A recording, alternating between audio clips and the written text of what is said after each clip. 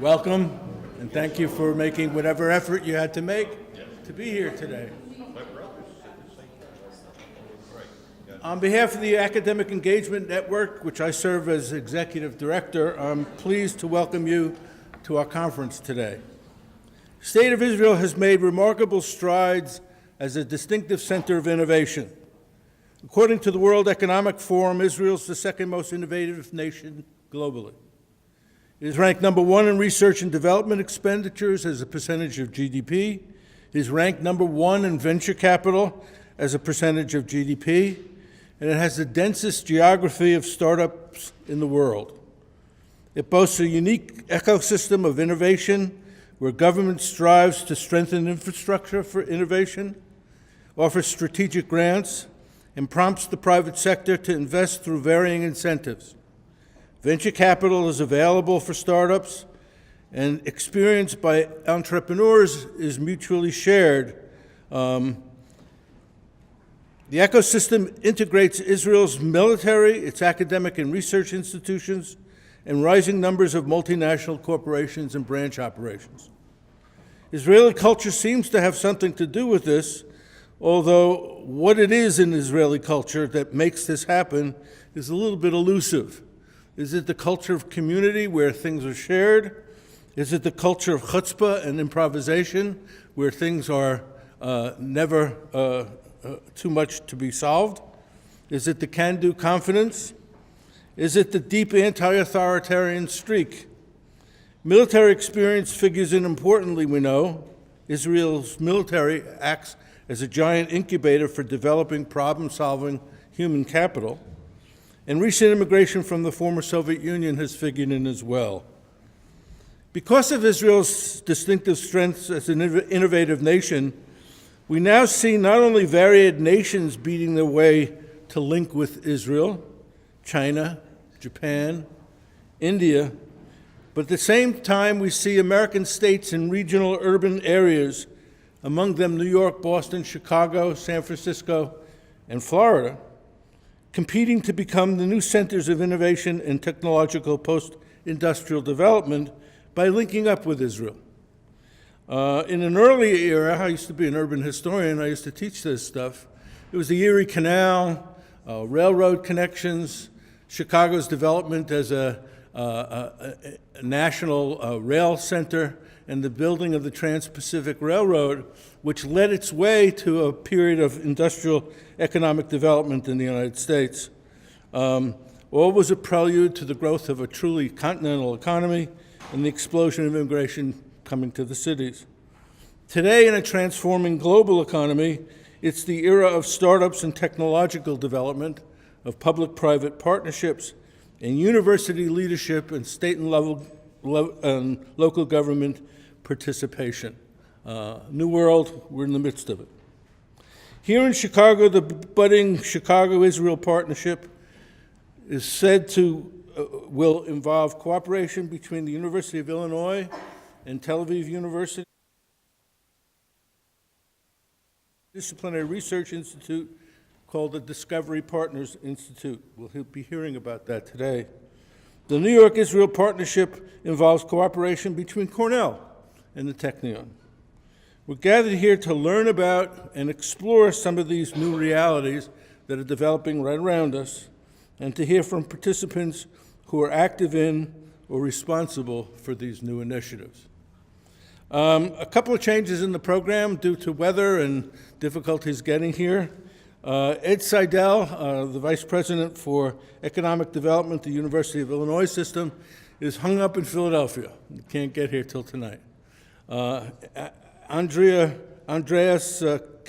Kangelaris, the Vice Chancellor for Academic Affairs and Provost of the University of Illinois, is on his way, but he couldn't be here for this morning's presentation.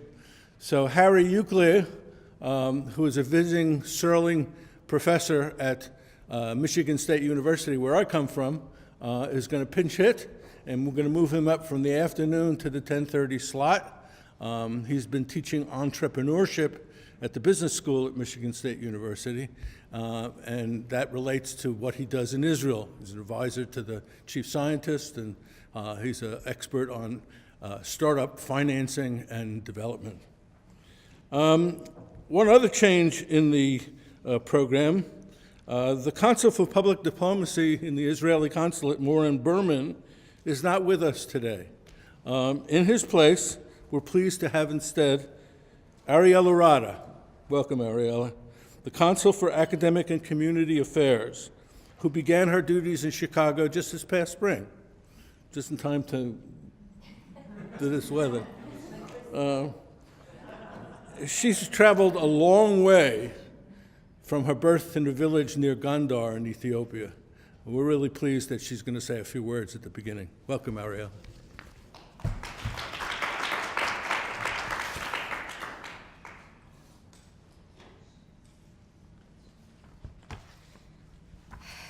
Well, good morning, everybody.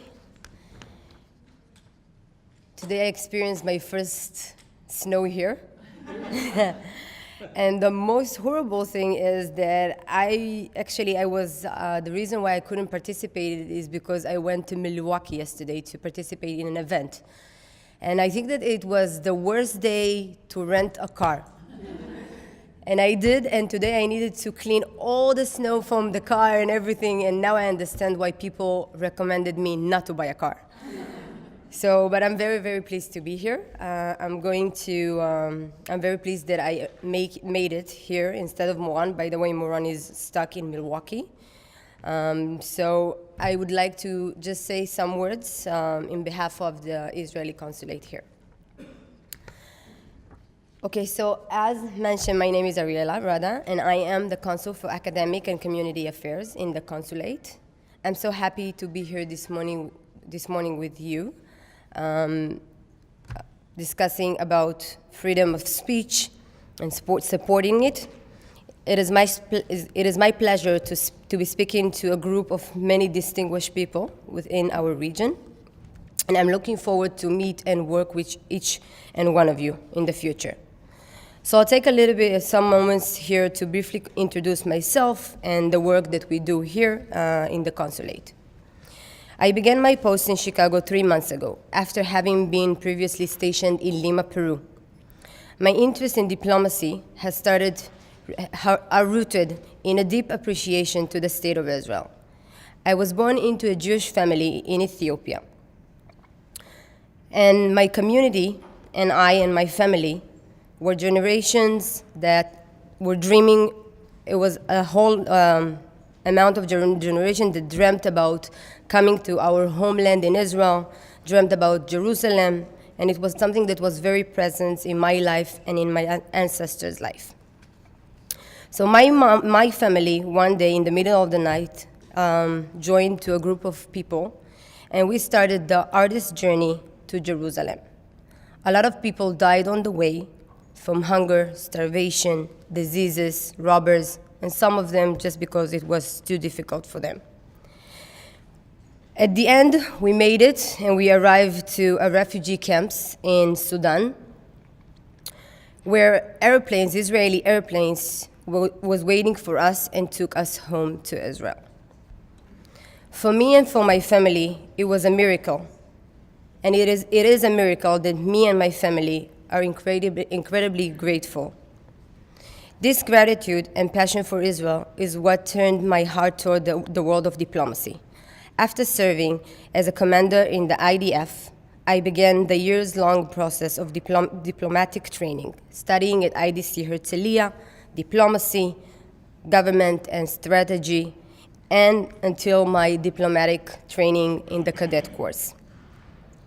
After my station in Lima, I am now proud to serve in the Midwest region of the United States.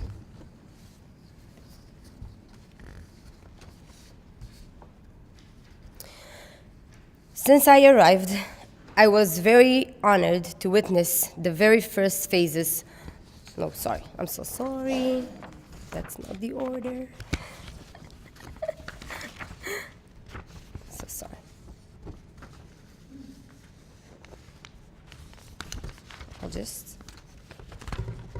Sorry. Yeah. Yes, in addition to the snow, my speech is a little bit, yes. Okay, so the Consulate General of Israel to the Midwest serves as a region of 9 states under the Consul General of Ezra. Whereas an embassy is located in the national capital, a consulate engages in a regional diplomacy. We frog connections between Israel and our region on a variety of fronts. In our consulate, we have departments including politics, culture, public diplomacy, press, economic, and cybertech. As the Consul for Academic and Community Affairs, my department serves as a liaison between the U.S. Midwest academic institutions and also work to ensure that our jurisdiction in the Midwest reflects the diversity exists in Israel. I also work with the economic and cybertech matters. The themes of today's conference is innovation. During my first few months here in Chicago, I have had the privilege of witnessing an incredibly exciting time to the Midwest Israel innovation and academic collaboration. Every day we work to ensure a deep, productive, and meaningful collaboration between our nation. As you can imagine, to enumerate all of our current projects in beyond the scope of this introduction is very difficult. However, I would like to explore some few key examples that are reflecting our exciting work here. In the fall of 2017, Illinois Governor Bruce Rauner led a delegation to Israel with Consul General Aviv Ezra, University of Illinois President Timothy Kaelin, and state officials. The trip was quite extensive, but also had an extensive academic focus. Governor Rauner returned from the trip excited by Israel's incredible universities and innovation. Less than 1 year later, the academic cooperation between Illinois and Israel has skyrocketed. We can imagine it's beyond the sky. Oh my God, sorry, this is not good. Okay, I'm going to do it just freestyle. So when I arrived, as I say, I saw the DPI, and I was incredibly excited from the amount of this project, and we are very proud that Israel was selected to be the first country to be cooperating with the DPI. I just replaced Itai. Itai was the person that was before me, and I was so grateful for the fact that we had the DPI. Another thing that we saw here is that we had an Agri-Tech Summit in Nebraska 2 months ago. I couldn't participate, but our department did, and it was a big success. Another thing that I participated is last month we opened the Indiana Cybertech. The Cybertech is based on a program that is already exists in Israel. So what happened is that they brought the Cybertech and they opened a conference that will be, it was the kickoff, but it will be a conference that will be held for the next 3 months. They brought Israeli companies, and this amazing project was just opened a month ago, and I had the honor to participate. So this is only few of the programs that we have here, and I'm very, very excited to see what more we can do. I'm very pleased to be here today, and I'm looking forward to work with all of you in the future, and also next time to come without the snow that actually ruined my speech, but that's fine. So thank you very much.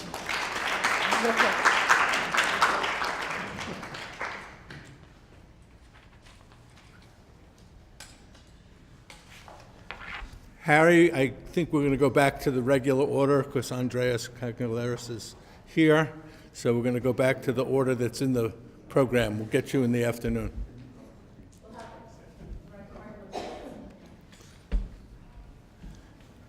Our first speaker of the morning is Dean Matthew Terrell of the University of Chicago, who's the founding Pritzker Director of the Institute for Molecular Engineering at the University of Chicago, and who does partnership work with Ben-Gurion University.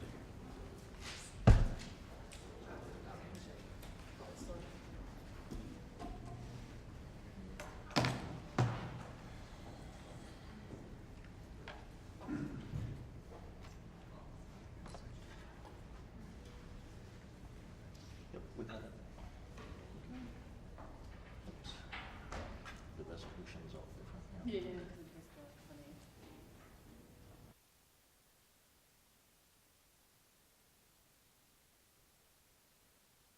I'm really happy to be here on a number of grounds, including how important this partnership with Ben-Gurion is to our new engineering program at the University of Chicago. I would also say for the academic engagement network that I worked under Mark Yudof as president of the University of Minnesota and then later the president of the University of California before I came to Chicago. So I'm happy to participate in an organization that he's involved with.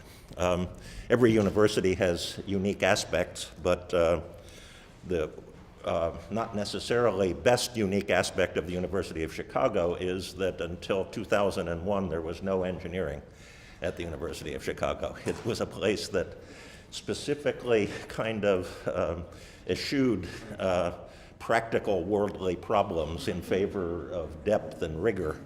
But our president, Bob Zimmer, who had become president 5 years before that, really saw the fallacy of that, and as a longtime University of Chicago faculty member and a pure mathematician, there was a Nixon going to China aspect of him saying, I think the University of Chicago ought to start engineering because we're missing out. Pure science is missing out on the stimulation from applied science. So after a long, thoughtful process, the University of Chicago developed a plan to create the Institute for Molecular Engineering as a collaborative venture, actually, between the University of Chicago and Argonne. This molecular engineering idea that I'm going to explain very briefly was in place before I was contacted. They didn't come to me or anybody like me and say, come to the University of Chicago and tell us how to do engineering. They said, here's our plan, could you do this? And it had many benefits to me. First and foremost, I didn't have to come there and then convince everybody that, you know, this is what we had to do. This was their plan. By molecular engineering, we don't just mean engineering molecules, we mean engineering from the molecular level up.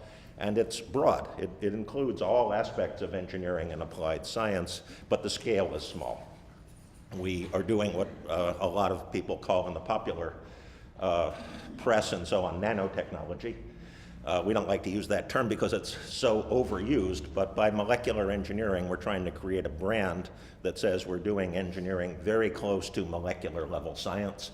We mean engineering that incorporates all kinds of molecular level building blocks into functional systems.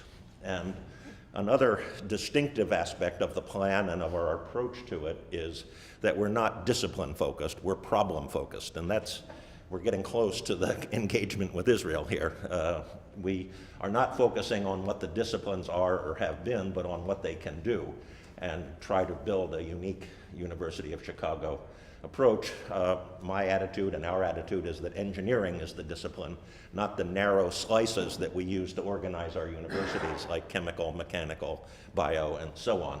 So we're trying to focus on big problems and training our students how to do them. We're not reproducing a traditional engineering school, and I want to say right at the beginning, there's no implied criticism of great engineering schools like the University of Illinois or Berkeley, where I came from, or anything. But you know, for us to try to reproduce what they do would take us a couple of centuries, and then maybe we could get almost as good as they are.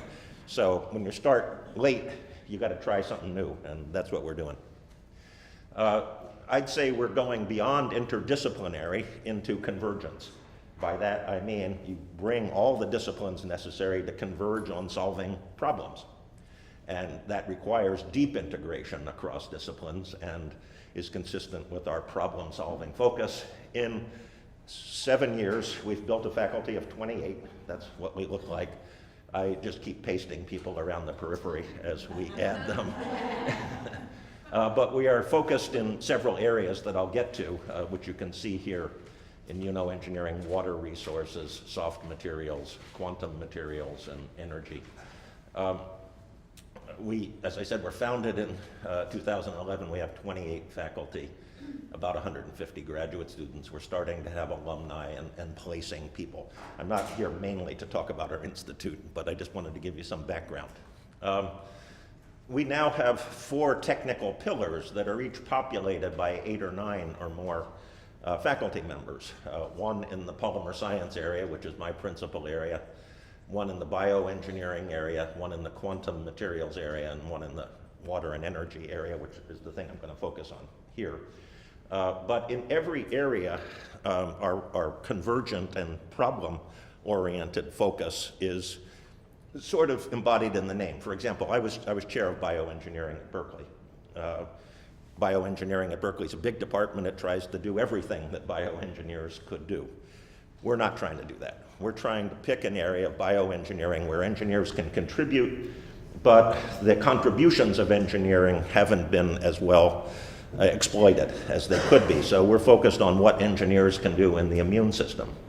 In the quantum engineering area, we're focused not on all of electrical engineering and applied physics, but on things going toward quantum information and quantum computing, which you'll know we've just engaged in a very big cooperation with the University of Illinois Urbana-Champaign and the 2 national laboratories here. And that's another theme I want to keep hitting. In many of these areas, Northern Illinois has some very unique capabilities, and in most of them, opportunities to collaborate with a variety of Israeli academic institutions as well.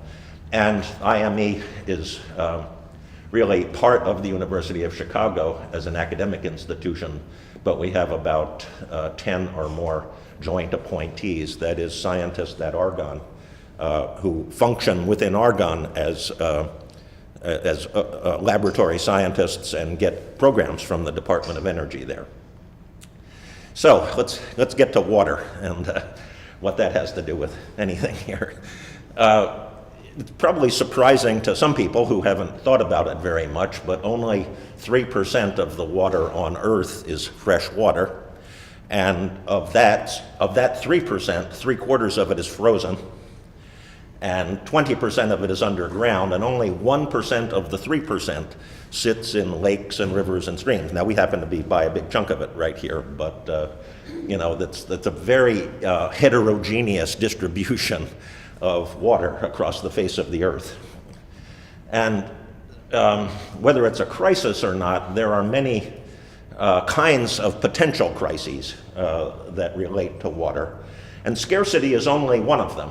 But some of the figures are shocking. About 1 billion people lack access to water that causes severe health difficulties, and about 2/3 of the world's population is in water deficit.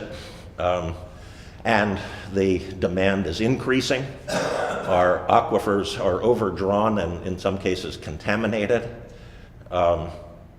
There are human-induced problems, even in areas where there's not deep pollution problems. And the whole connection between our food supply and our water supply and our energy supply is very important and causes problems that we'll talk about a little bit. If you look at, this is the United States, basically half of the water used by every person per day, and it's a lot, it's 1,000 gallons per day per person. Half of that goes into producing the food we eat. Another 45% goes into producing the energy that we need. And then, between 5 and 10% is our direct use in our homes.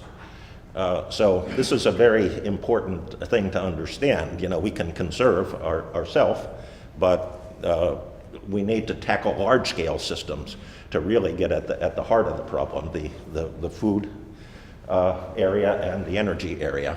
And as I said, it's only getting worse. Some things that we think are going to be good for the planet, like growing biofuels, will drastically increase the need for water. So, you know, this requires deep thinking and serious analysis. And that's the big global picture, but even here in Chicago, there are local pictures about, you know, what actually affects our abundant local source of water. Why Israel, and how did we get involved with Israel? As I said, we wanted two things. I said one of them. We wanted two things out of our nascent engineering program. One was to tackle big world problems, and I hope I've just given you some ammunition for believing that water is a big world problem. And then, when you do that, you look to a place that's handling these problems in a good way. And you know, I've had the privilege of visiting almost every Israeli academic institution and have many friends who were born and raised there, and obviously, you know, not wasting a drop of water is, you know, something that everybody knows about in Israel. There's the Israel Water Law, which was implemented in 1959, which basically says that all the water in Israel belongs to the state of Israel and is used for the good of the state of Israel. You should contrast that to California, where I lived for more than a decade, where you have senior water rights and junior water rights. And Elon Adar, who was the, and I'll show you his picture in a few minutes, who was the director of the Zuckerberg Institute for Water Research, once spoke with Jerry Brown, the outgoing governor of California, and said, you know, California doesn't really have a water problem, it has a water management problem. And this law really, you know, insofar as it could, solved a big water problem in Israel, which didn't produce any more water in itself, but it certainly made clear that the water resources were going to be used for the good of everyone in the country. So, our first foray into this was me making a trip to Israel in actually November of 2012 to talk with the leadership of Ben-Gurion University. And that's me. This guy next to me is Moshe Gottlieb, who's a chemical engineering faculty member at Ben-Gurion and has been a friend of mine since 1977, when I became an assistant professor at Minnesota and he was a postdoc in the lab next door. And I went to Moshe and I said, could we do something together? And we went to Ben-Gurion, partly because they're good, partly because, as was mentioned, Cornell had established a partnership with the Technion in New York, and we wanted something a little bit different. And in fact, this is how Bob Zimmer told it to me. At one point, Mayor Emanuel called up Bob Zimmer and said, are you doing anything in Israel? And Bob called me and said, are you doing anything in Israel? And I said, no, but we could. So I went there, and water quickly came to the top of the list, and this was a meeting we had in March of 2013, which has 7 or 8 University of Chicago faculty members sprinkled in with faculty members from the Zuckerberg Institute, including Moshe, Elon Adar, this guy who talked to the governor, who was the director at that time. Now Noam Weisbrot is the director, and a couple of other people here.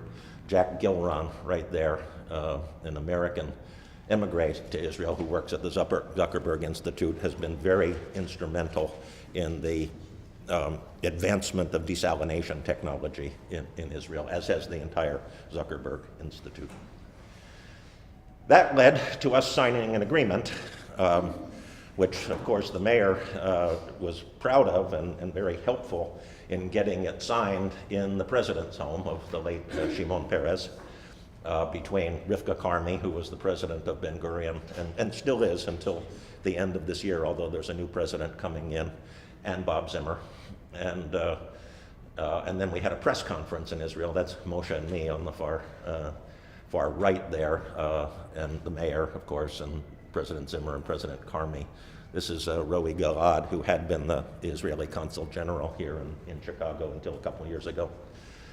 But what we were realizing is if we wanted to tackle a big problem, it was absolutely in our interest to affiliate ourselves with people that were right in the midst of an almost life and death tackling of an important problem. And so that's what we did.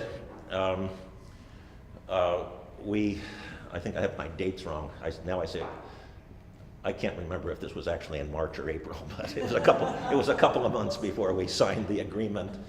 And 3 institutions up here each agreed to put in $500,000 of our own money to fund collaborative projects, and 5 seed projects were awarded, including this one that was added in 2014.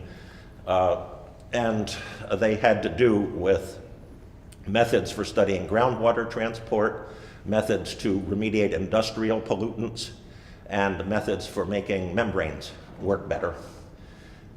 For example, Elan Adar has been working with a group at Oregon and the University of Chicago, these guys here, to use this isotope dating method. They look at the age of krypton-81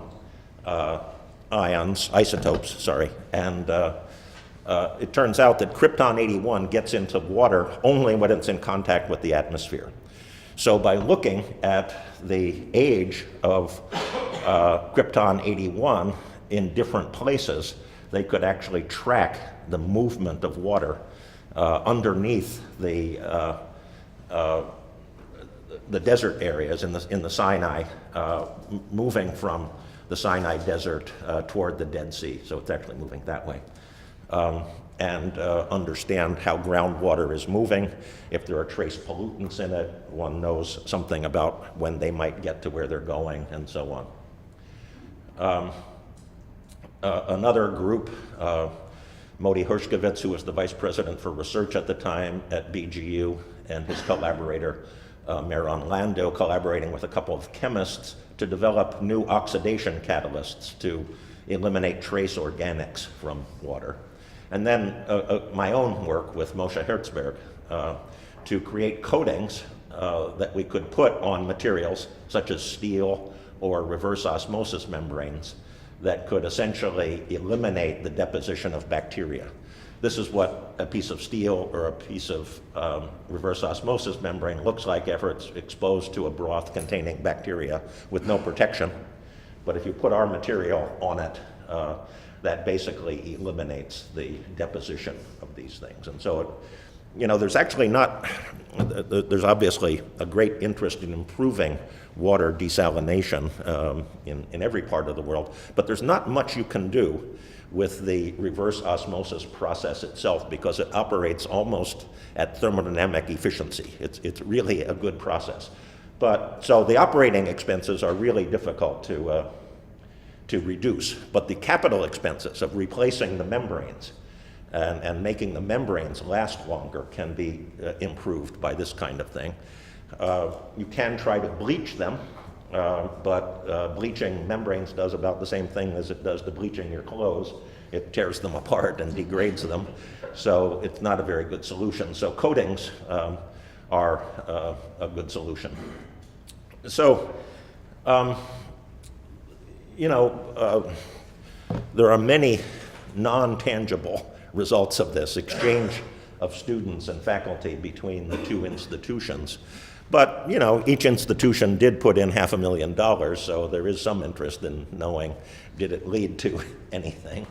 And from an intellectual point of view, there are 12 joint BGU publications that came out of that. 3 new binational Science Foundation grants that are small, but enable collaboration to continue.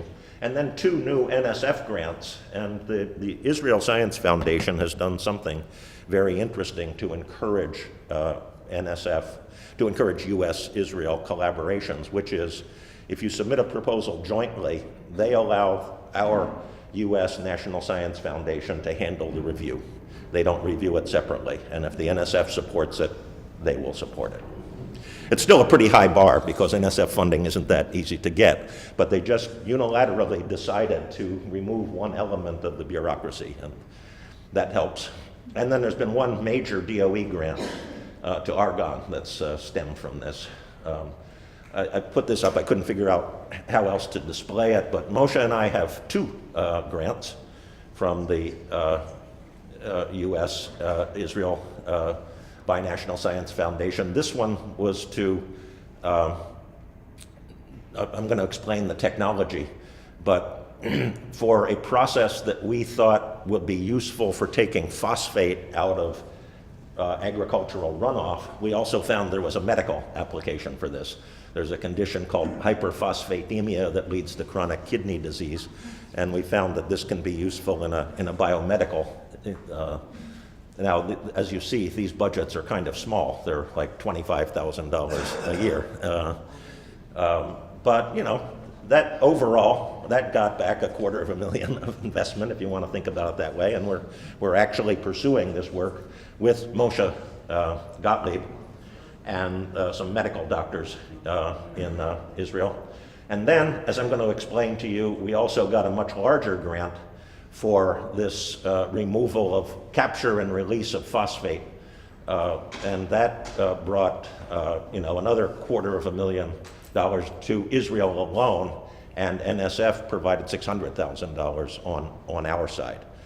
And that involves both Moshe Gottlieb and Moshe Herzberg. So I'm just trying to tell you that, you know, apart from any idealistic things, there are tangible financial paybacks from this collaboration that are going on. So a tiny bit about our own research, which is how does one prevent things that, like phosphate or nitrogen, that are used abundantly in agriculture and fertilizers from getting into bodies of water where you don't want them, and at the same time recognizing that they are valuable, not just put them in a form that's unusable. There are ways of capturing phosphate, for example, that turns it into a solid rock so that it can't be used any further for phosphate, for fertilizer. And what we've done in my lab, I hinted that I was chair of bioengineering at Berkeley. We make synthetic materials that have some behavior like proteins. And so we've actually thought about how to get phosphate out of agricultural runoff. I didn't need all this animation. By using a fragment of a protein molecule, what chemists call peptides. This is a 6 amino acid sequence called a P-loop, which is known in biology to bind phosphate. And so we have incorporated this P-loop peptide into a synthetic construct. You can't see this very well, but above pH 5, we make these things into materials that have that are like gelatin. They're like a so-called hydrogel. And we can run a stream of phosphate-containing liquid through it, and the peptide head group on these things can take the phosphate out. It's a complicated process, and we want to both remove the phosphate that causes this kind of eutrophication and also bring it back. So this is a little bit better. Above pH 6.5, we have a hydrogel like this, which is basically a network of molecules that contain these phosphate-binding head groups. And it's part of I mean, why did they give us $600,000 to do this? It's part of a bigger process of deciding what the best formulation is. Is this really the best peptide to use? Can we learn some things by making synthetic variations of the structure? And my colleague Juan DePablo is involved because he's a computer simulation guy, so he can do some of these things on computers, which is less expensive than doing experiments. Too bad Ed Seidel isn't here. So, at any rate, I'm just going to show you one result. Don't look at anything except this, which is we have, this is being done by a graduate student in molecular engineering, collaborating with a postdoc in Moshe Gottlieb's lab. We've developed a formulation that, as of now, can remove 80% of the phosphate from a stream of phosphate-containing fluid moving through it. That's with just the P-loop peptide. No, there is some optimization here, but it involves other aspects of the structure. So we have a lot more to go. This graduate student's only in her second year, and I think we're going to be able to do something a lot better than this, but it is working. I'm almost done with my prepared stuff, so you've survived. We are adding to this expertise in water in various ways at the University of Chicago within molecular engineering. One of our most recent hires is Chong Liu, who actually just finished her postdoc with Steve Chu, the former Secretary of Energy and Nobel Prize winner at Stanford, on a project that she calls mining the ocean, which is doing something very similar, only with different molecules, to what I just said, to get rare elements out of the ocean, things that we need, uranium, lithium. If you integrate over this 97% of the world's body of water in the ocean, there's a lot more atoms of those elements in the ocean than there are on Earth. The problem is, of course, they're very dilute. So what Chong is doing is developing, similar to what I just told you about phosphate, molecules that can specifically bind and extract important elements from very dilute seawater. And she's shown that she can now produce uranium from actual seawater, right now at 3 times the cost of what it costs to mine uranium. So that's not an order of magnitude. It's not good enough yet, but it's starting to get in the ballpark. In January of 2017, with the help of Jim and Paula Crown, we hired Jim Skinner from the University of Wisconsin at the time to lead our water research initiative. And so he's been with us now for almost 2 years. He's the one who hired Chong Liu. And this is his inauguration ceremony, where we had Elan Adar from BGU, as well as Seth Siegel, who wrote that book that I showed but didn't mention, called Let There Be Water. And I'll point out that 2 Argonne scientists, who strangely also happen to be named Seth, wrote this book about how water is indispensable, with a foreword by Seth Siegel. So, you know, we're continuing this. So. So, we all know each other, you know.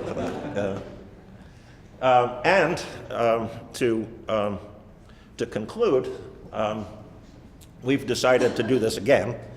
This time not explicitly with Argonne as a partner, but with Northwestern as a partner.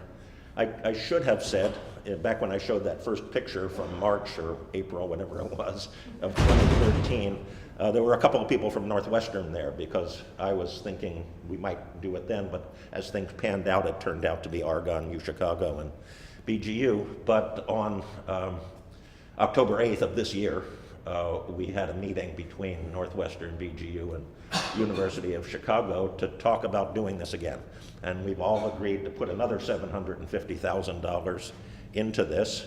We had a 2-day meeting, actually, and we had, as you'll see, representation from Eli Rekes, who's going to be here later, and Current, which is a city organization aimed at water resources, Aaron Packman, who went with us to Israel the first time. And, you know, we spent a whole day talking about what we could do together, and proposals are due on Friday for collaborative efforts among this group. You know, the thing that this brings to mind is, and this is something Andreas and I and others have talked about, there's a couple of areas, and water is one of them. The University of Illinois Urbana-Champaign for a long time had a premier science and technology center aimed at water resources. There's a couple of areas. Water is one of them. Advanced materials is another. Advanced computing, including cybersecurity, where Northern Illinois has uniquely powerful assets and a great ability to cooperate with many Israeli, not only ability, a great desire to collaborate with numerous Israeli institutions as well. And I think we're working toward bringing that to be a reality. So, and then my friend Moshe visited us a month ago to discuss our BGU grant. This is my colleague Juan DePablo. Whitney Fowler is the graduate student working in my lab. Mikhail Zaydal is a postdoc working with Moshe.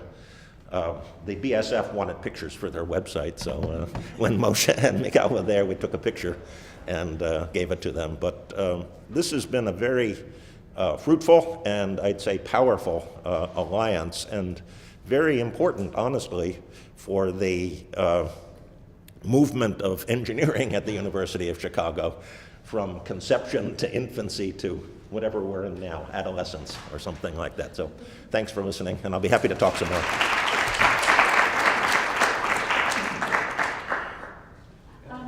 Is there a political dimension to this, i.e., is there a hope for sharing it in the region so that there is a potential of using engineer and science innovation for peaceful purposes and possibly greater cooperation than presently exists? Yeah, well, the Zuckerberg Institute is already doing that. There's a lot of cooperation, both in Jordan and in Egypt. Given where they are in Beersheba, the borders are close on each side.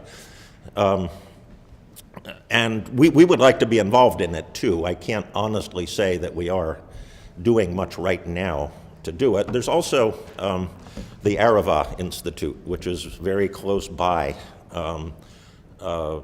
Beersheba, and the Zuckerberg Institute, which is entirely dedicated to that purpose.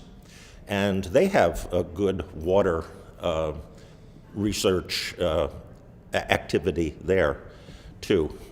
So some of that is going on, but we can't take much credit for it in Chicago. The Israelis can take credit for doing some of it. Richard? Matt, I think thinking about your comment about California having water management.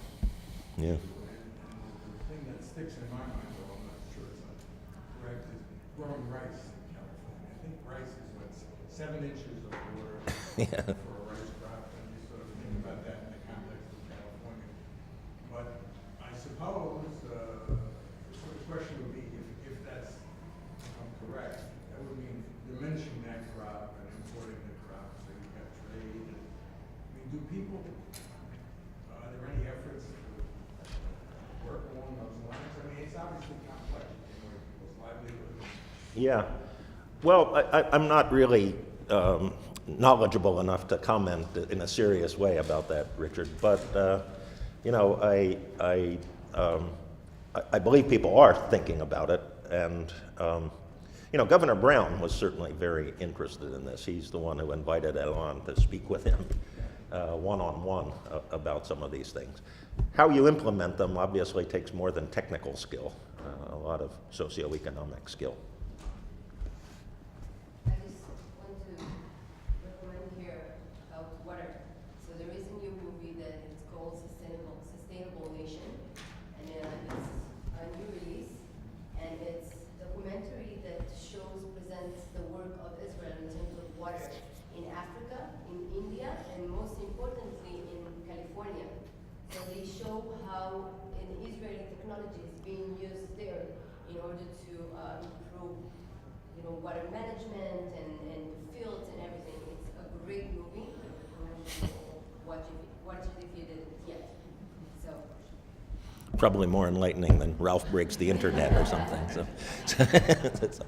There was a question back there, and then perhaps you. Thank you. As a non-engineer, I didn't understand a lot of the isotope, et cetera, but I think you said early on in your talk, I wish you could clarify, I do want to understand. You mentioned that the government of Israel, maybe it was 1959, emptied 2 bodies of water. Emptied. I understood you. I thought they emptied. I didn't say that, but. So I took my notes wrong. Okay, so 1959 was when they had the rights. That's when the rights were established for the resource. The government owns the resource. That's right. Okay. So where did I get the 2 bodies of water? Okay. I think in your presentation you said that Israel used to draw all its water from the Jordan and from the sea, but now it's not. Well, that's right. So, yeah, I didn't say it, but it wasn't. You know, well, I mean, my friend Moshe told me that when he was a kid, you know, they would look at the level of the Sea of Galilee every morning in the newspaper, and if it was up, they'd feel good, and if it was down, well, not so good.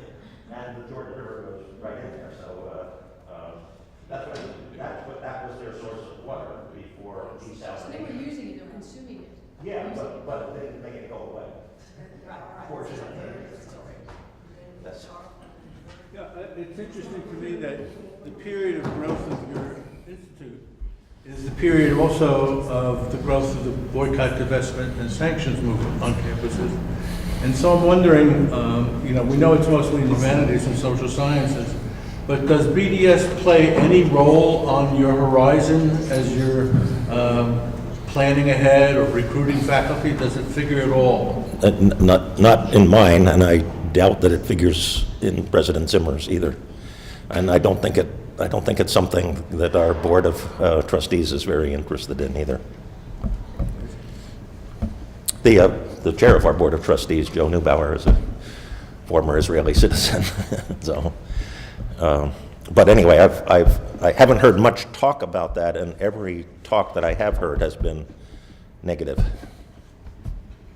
On the BDS at the University of Chicago, at least, the key thing that's happened has been that we've moved from principles of free speech to on-the-ground implementation of those principles. So it's perfectly fine for people to protest and argue for BDS, but they can't do the disruptive things.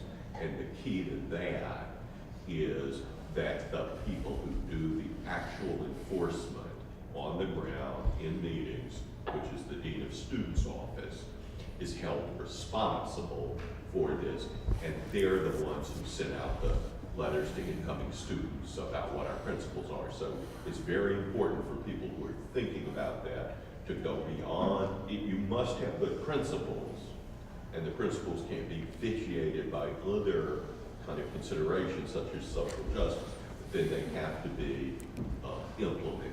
I'm sorry.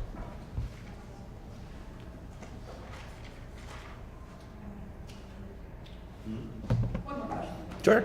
So from your various partnerships and interactions with your Israeli counterparts, what were some of the main takeaways that you had about why Israel is so innovative in developing sustainable water tech? Well, you know, I think Ken mentioned some at the beginning. I sort of could see all of those in it, but, you know, I think, honestly, the biggest motivation in the water area was just the motivation itself, this idea of convergence. I mean, this is a question of national survival or at least prospering. And I think people are very motivated to do things. I mean, that's the other, obviously, reason that the University of Chicago probably finally came to the table in engineering and applied science. Every scientist wants what they do to be useful, and I think, and by the way, I never, we have an engineering academic unit, so we hold the flag of engineering up, but I don't label people. You know, scientists can have practical applied ideas, and engineers can have fundamental ideas. So I'm talking about different ways of thinking between science and engineering, not labeling people. But having said that, I think, you know, this group at Ben-Gurion really played a huge role in producing the desalination technology, and I believe they did it because they saw it was good for their country. Are Arab states beginning to want to partner with you and with them? We haven't explored any serious discussions very early on. I went to, in my stay, I went to both United Arab Emirates, Dubai and Abu Dhabi, and to Saudi Arabia. And, you know, I think, to be honest, from the point of view of the University of Chicago, while I'm proud of what we've done, it sort of wasn't big enough. for them. so we didn't connect with them at that point. With Israel, the size and philosophy match was a little bit better. Thank you very much. Okay, thank you.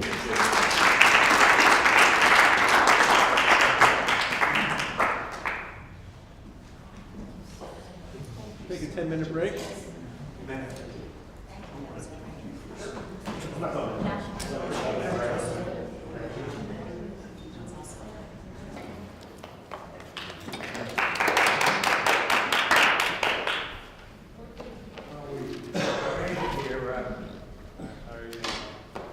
was getting texts last night from Ed Seidel and Andreas. Ed is stuck in Philadelphia, I think.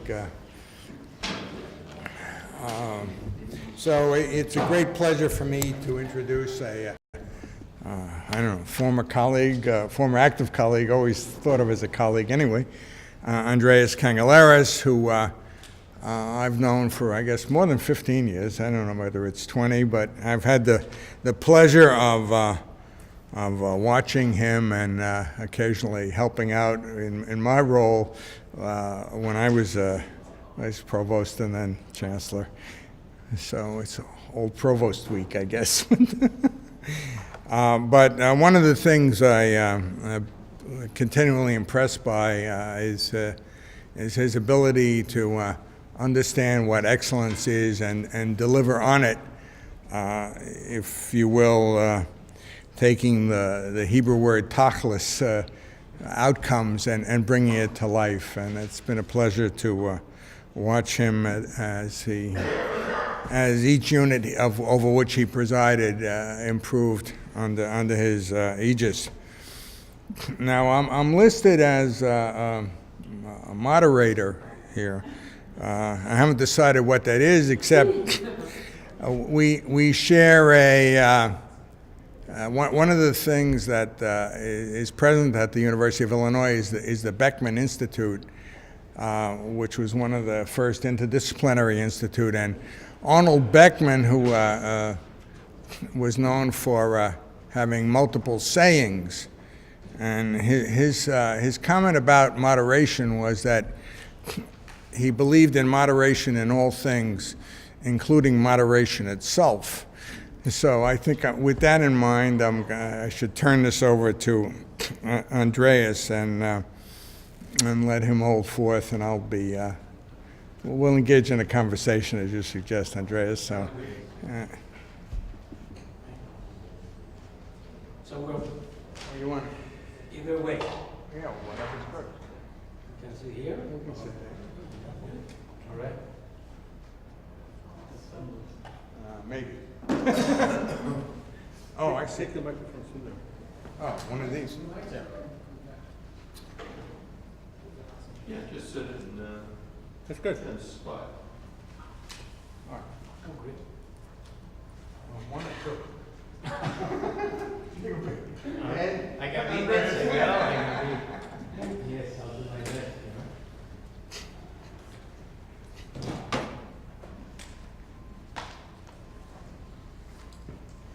So.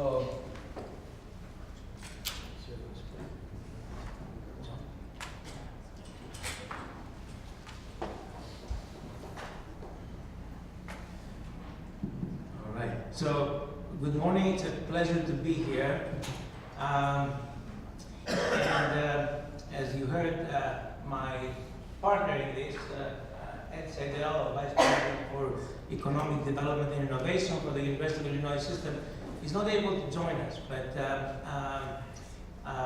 Ed and I have been involved in the Discovery Partners Institute birth and growth from the start. And I hope, even though limited, I will be able to provide some background on many of the things that I think are on your minds. What is the Discovery Partners Institute?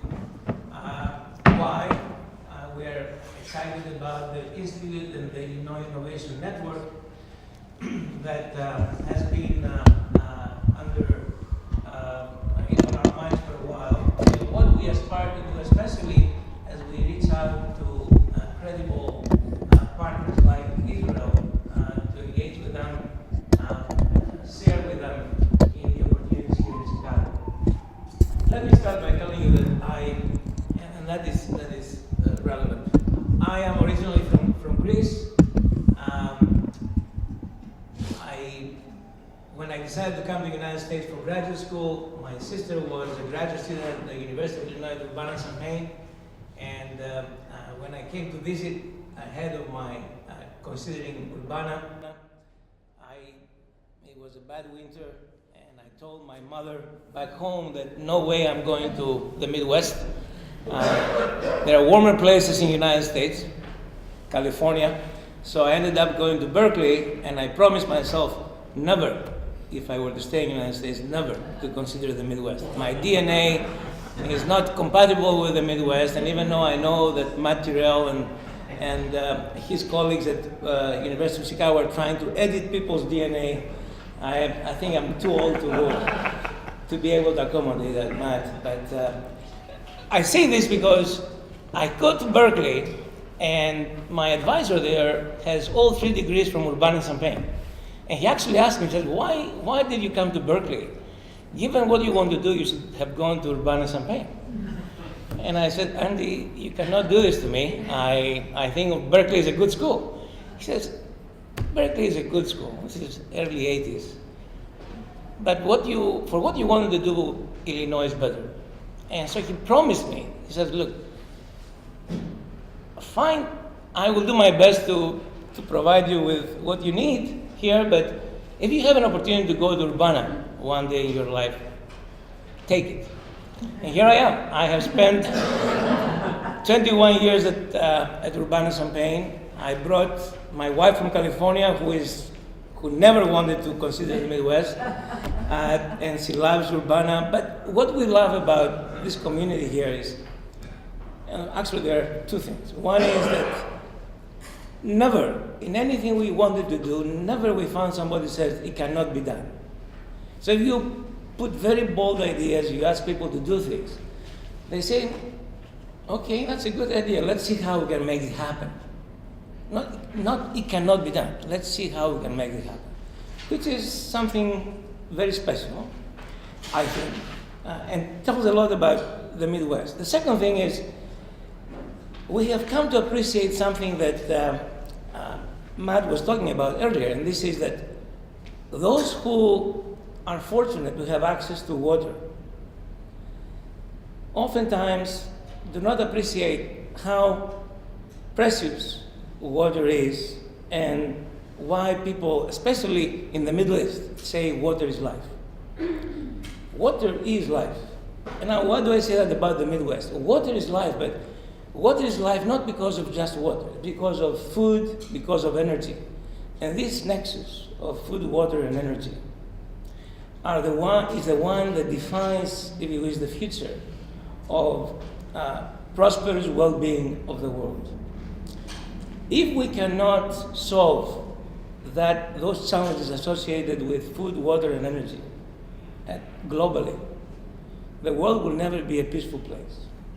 So here we are in the Midwest, where energy is everywhere to be found. Water is accessible to us in ways that others would, I hate to use this word, will kill for it. And then food. Not only do we produce so much food that we are able to support the entire country, but also we have among the universities here the ability to look into ways of producing food anywhere in the world, in the desert, under any conditions. We are now at the point, through technology, that we can actually advance the production of food and the efficiency of food production in ways that were not possible yesterday. So the opportunity for the Midwest at this nexus is unique. But what is behind this opportunity is data.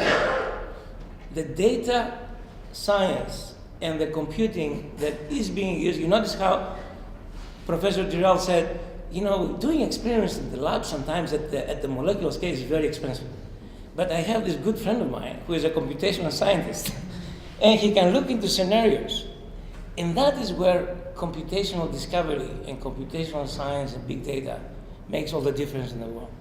You can look at options and you can explore opportunities that they are in the wildest imagination of our parents were not possible.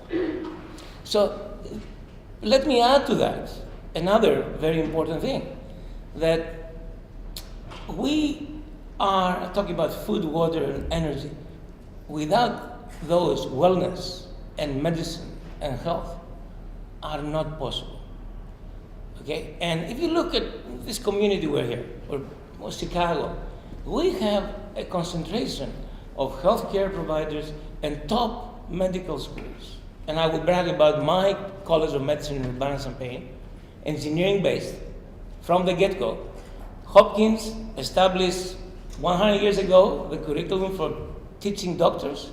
We say that curriculum is 100 years old and needs to be replaced by a new curriculum that starts with technology as the core. And here we are, Urbana-Champaign, public research university, trying to give Johns Hopkins a run for their money as far as the future of medicine goes. But why do I say this? I say this because this is what is happening in Illinois. And I want to second Professor Tyrrell's argument that the things we can do here in this nexus of food, water, and energy, as well as the consequences of that in terms of health, position us uniquely to be a very attractive partner for everyone who considers the value of these elements and the importance of this for socioeconomic stability around and prosperity around the globe in ways that were not possible before. Let me also tell you this: if the Midwest does not do it, California cannot do it, they cannot do it. The northeastern part of the northeastern part, Boston and so on, aspire to do it, but they don't have what we have. So we have to do it. I want you to appreciate how uniquely positioned we are for the 21st century, which is the century of the human. There's no question in my mind. Urbana-Champaign is very proud of its accomplishments in terms of nanotechnology and semiconductor electronics and computing. You know how? 2001 Space Odyssey, the computer that killed the astronauts in the fiction movie, in the science fiction movie, was actually born in Urbana-Champaign. And you have seen that movie. That computer was born in Urbana-Champaign. And I say this because today, astronauts do have a computer like HAL that is going to help them save themselves, not kill them, save themselves in case they encounter difficult problems because of machine learning. I say this, we contributed a lot to technology. Silicon Valley thrives because of Illinois. As someone reminds me all the time, a good friend from California, the best gift that Illinois gave to California is the University of Illinois at Urbana-Champaign. And so I say that because that's what I have heard from good friends in Silicon Valley. It is our opportunity and our responsibility to do what we are doing. And I come now to the Discovery Partners Institute. The Discovery Partners Institute is a state-driven initiative. I remember vividly 4 or 5 years ago, when there was conversations going on between University of Chicago and Urbana-Champaign about this alliance that will bring a top-notch public research university with one of the best engineering programs in the country, together with a top private school that aspired to take advantage of science and the national laboratories and do something unique for Illinois. These were conversations that have been happening for the last 5 years. And back then, everybody was talking about, some of you may have heard that, some of you not, the Illinois Innovation Corridor between Urbana and Chicago that will bring together a network that will make things happen in ways that were not possible before. Public, private, and the private sector, public university, private university, and the private sector engaging in a significant way. The national laboratories, the federal government coming on board with resources and assets that are very special, very special. So think of that as the genesis of this vision that eventually materialized when President Killeen pushed very hard for the University of Illinois system to stand up as the driver of this big alliance. And I say that because that alliance, the way it was defined, was driven by bringing together the assets of all the partners. The Discovery Partners Institute, $500 million investment or commitment by the state of Illinois. I say commitment because this is money that has to be appropriated every year. So we look forward to the next governor to continue supporting this initiative, and we believe it is one of the best things that can happen to the state of Illinois and the city of Chicago. So I'm confident that will be the case. But it's a $500 million catalyst or jumpstart to this network. It will bring together the best assets from our universities, Northwestern, University of Chicago, and University of Illinois were the founding partners of the Discovery Partners Institute. It has now grown to bring on board Northern Illinois University. Each one of the universities has its own hub. This is the Illinois Innovation Network, if you wish, growing over time. Those hubs are hubs for translating research into innovation and opportunities for engagement with the private sector. And the hope is that as a catalyst, it will bring together the Discovery Partners Institute a variety of partners, not only the universities, but also other initiatives that are thriving in Chicago.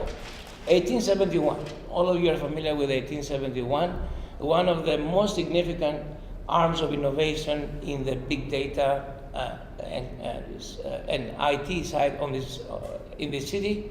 We count on them as a significant partner in all of this. Because I will tell you, one of the things we tend to forget is you need to have a garden of flowers for beauty to stand up. And it doesn't take one plant somewhere. You need many of those. And you need a diversity of investments. What 1871 has been able to demonstrate is that Chicago has the appetite to stand up and become a tier one high-tech metropolis over the next 15 to 20 years. And as you know very well, you have heard of Project 2033. How many of you have heard of Project 2033? Let me tell you about this. Project 2033 is a project that was launched earlier in November.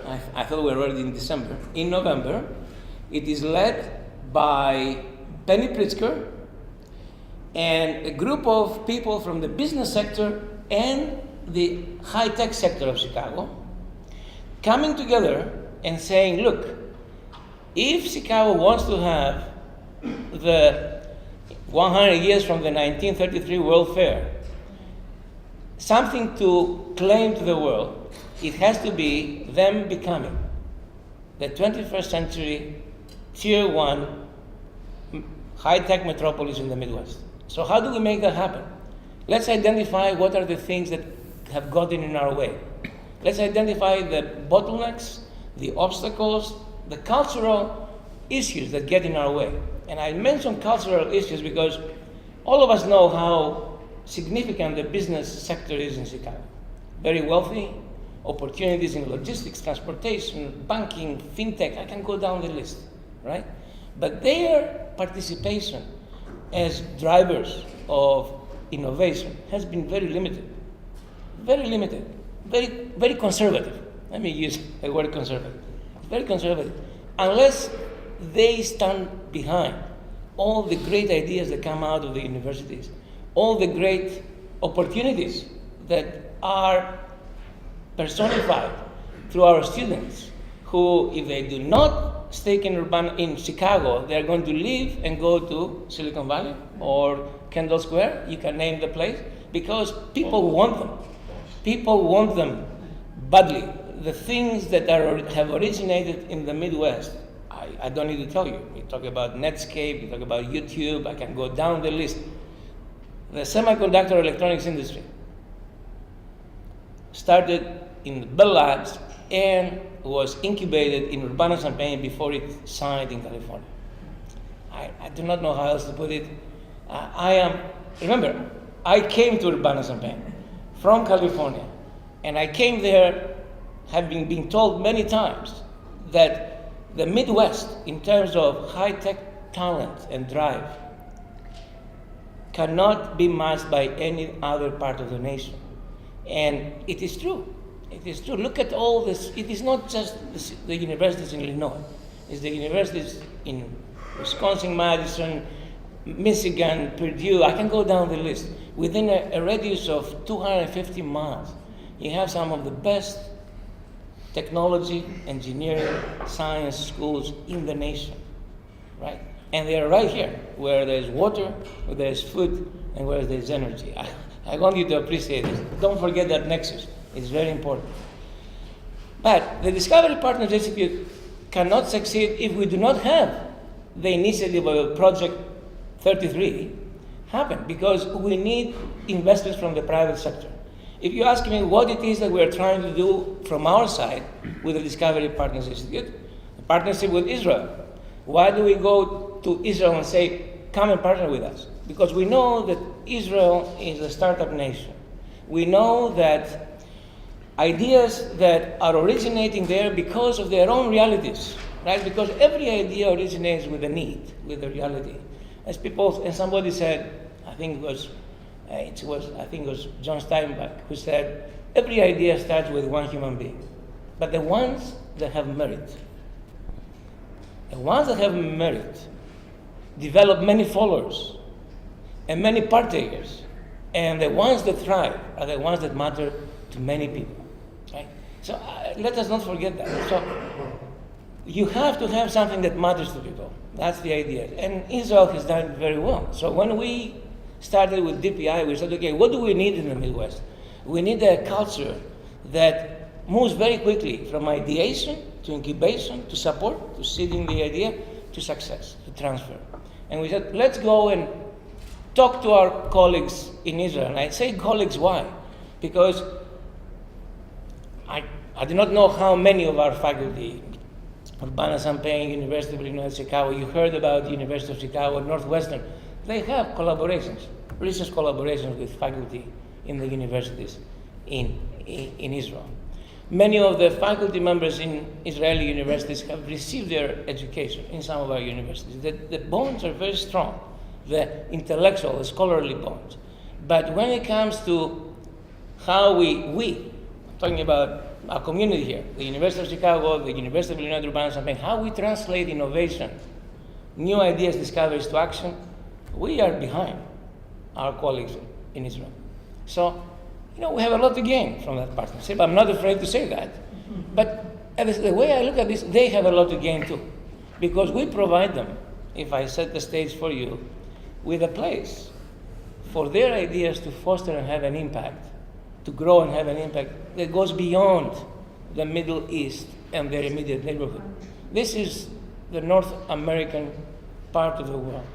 This is so much that can be gained from having a presence in the center of gravity of North America in ways that the Middle East does not provide you with. So we're looking toward that, and we believe, thinking of what DPI has been able to do in engaging with Israel, that we have a very willing partner in Israel. Tel Aviv University is going to be coming here later in December to announce some of the programs they want to initiate here because of DPI. I mean, they bet on the universities that are partners in DPI, working with them, but at the same time, they know that they will bring things here that will foster much more synergy between the activities that we have in mind and what they are planning to do. The themes of DPI are very appealing to our partners in Israel. Let me remind you what they are. DPI has 4 pillars. 4 pillars. One of them is computing and data. Data is the electric current of the 21st century. Right? Everybody can use data. How you use data is a tricky thing. We hope that we're going to be using data for new discoveries, as you heard from Professor Tyrrell, for safety, for protect people, for looking after the well-being of people. Health analytics is one of those areas that is pregnant with opportunity. And I will tell you that if the Midwest does not take advantage of health analytics, and because of the significant footprint we have in that area, we are missing out on a big opportunity. The other area is food and agriculture. I don't need to convince you why food and agriculture has to be one of the pillars of innovation in the Midwest. Food and agriculture, that's just, come and visit me in Urbana-Champaign and I'll show you what I'm surrounded by. Corn and soy fields, that's what I'm surrounded by, right? And you know, it was difficult for me growing up on an island in the Mediterranean to get used to corn and soy fields. But the same way that I think water is life, I think, okay, food is life as well. So I have compromised, and I have given up the sunny Mediterranean waters for the corn and soy fields of the Midwest. The third area is environment and water. Environment and water. I mentioned to you that it is not enough to grow food in those places where you can grow food. That is not how you sustain a growing Earth population that is going to approach 9 billion people by 2050. You have to be able to grow food no matter where people are. If you don't do that, people will starve, they're going to have conflicts between nations, they're wealthy, the ones that have access to food and the ones that they don't. We have to go beyond that, and the molecular engineering ideas that you heard are behind our ability to think about production of food anywhere. And I know you do not like the idea of genetically modified food and all of this. I don't like it either. My wife is a rebel. Anytime I mention that, she gets really upset. But I try to focus on the most important thing. The most important thing is we need to provide food for everybody. And if we have the means to do it, we have to do it.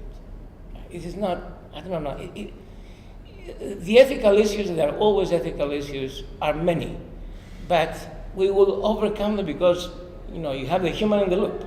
Human beings are the ones who make the decisions. As long as you debate them, as long as you are comfortable arguing back and forth, and, you know, allowing the most ethical choice to be made, I think we're going to be okay. And the last area that is health and wellness. So you notice how interconnected those areas are. Right? Health and wellness. Health and wellness. And I talk about wellness, and I talk about health, but if you think about wellness, let me summarize it in the following way. How do we make sure that disease is preventable as much as possible? The technology that we have access to today allows us, even in the most rural parts of the world, to provide individuals, provided that we change their behavior, with the means to look after their wellness in a way that becomes part of their daily life. And significant innovation needs to happen there. But I want you to appreciate the fact that, you know, if you think about Africa, right? They never had landlines for telephones, right? There are parts of Africa that are now prospering because of the wireless technology. They jumped onto it, and they were the ones that first initiated ideas about new business, you know, new ways of sharing information and doing business because of the reality they had. They never had landlines. They made the jump into the opportunity of using wireless technology in ways that many of us, we did not have that need, right? Couldn't even come up with. So you see what I'm saying about health. Health and wellness, it is not something that is now the privilege of the physician and the experts in healthcare. You can have, actually, when you talk about prevention, when you talk about looking after the wellness of an individual, you can have people become physician innovators in their own neighborhoods. You can empower the world in that space to do things that I will tell you. the most sophisticated, the most educated physician will never come up with. Think about it. Think about the potential. And you see why that DPI is so important. You cannot do this in a university setting. We are doing research. What we are supposed to be doing with the funding we receive from the National Science Foundation, the Department of Energy, is discover new things and identify opportunities. And then we need to move to the next thing, because innovation never stops. Discovery never stops, right? But you need the world to get excited about this. You need the private sector to say, this matters. I need to make investments in this. And that's what DPI will allow us to do in ways that we have not done it before. I will tell you, if I think of Urbana-Champaign, if you ask me what is I'm very proud of that university. 150 years of amazing contributions, great minds, education for some. How many of you know that the co-founder of the Kindle is a University of Illinois Urbana-Champaign alum? Nobody. Right? Greg Zer. I'll tell you his story because it's very telling. He grew up in Fisher, Illinois, in a farming family. I think he was number 5. And his chore every morning was to go and milk the cows. So one day, he was in high school. He told his mom, he says, "Mom, I don't see myself growing up and doing this." And his mom said, "Okay, why don't you go and talk to your uncle?" His uncle was an engineer working in a Magnavox plant in outside Urbana. And he says, "I want to talk to that." He says, "No, don't tell your dad. I'll tell your dad. You go and tell your uncle who is an engineer." So his uncle told him, says, "Go and get an engineering degree." He says, "Okay," and that's what he did. And now he's running the technology arm of Amazon. This is Greg Zer. How many of you know that behind the Tesla car, behind the battery, there is an alum from Urbana-Champaign? Right? It is not Elon Musk. Elon Musk would not have Tesla today if it was not for Martin Eberhard, another farm boy. Is a brilliant man. So I'm telling you all this because there are many like them in the Midwest. There are many in our neighborhoods. And there are many more from other parts of the world that because of our institutions want to be here. Think about it. And when I talk about this innovation happening by the masses, you need to enable that innovation. You need to drive, to incentivize that entrepreneurship. That's why DPI is so important. It is because it will provide us with opportunities for many of these ideas with support from the private sector, because at the end of the day, they're the ones that support these big technologies that have an impact globally, to invest in them, support them, nurture them, appreciate the fact, you know how it is with investments, not everything pans out, but you always learn something. And those innovators, they learn so much from their failures. We know that very well. So you need to even support their failures. You need to. That's how they become much more effective and successful the next time around. This is what Israel has proven to the world they can do very well. I'll bring you another. I don't know whether you know that China. Well, they're trying to jumpstart their innovation ecosystem. Who do they go to? Tsinghua University, one of the best universities in the world. Tsinghua University. Well, I'm telling you, I'm talking about engineering talent. They're up there with us. So they went to Technion University to jumpstart their innovation ecosystem. This is China. 1.3 billion people? I don't know how many billions they have now. They went to Technion University to learn how to incentivize their entrepreneurs. So, I do not know whether the nation of Israel can support all this demand from around the world, but I know that in the Midwest they have an opportunity that is very unique. We are a democracy, they are a democracy. Things are easier if you can understand one another politically. I think there are many exciting opportunities, and I will tell you, I look forward to seeing that partnership thrive as we move forward. I'll stop here. So they keep talking? Well, it's very, very intriguing. But one of the things that happens in Israel and happens in China is state involvement, right? Right. And we've had a history in this country of a reluctance of that. I mean, so going back to the Advanced Technology Program in the early 90s, when there was an effort to, if you will, the criticism sustained, that you're picking winners and losers, right?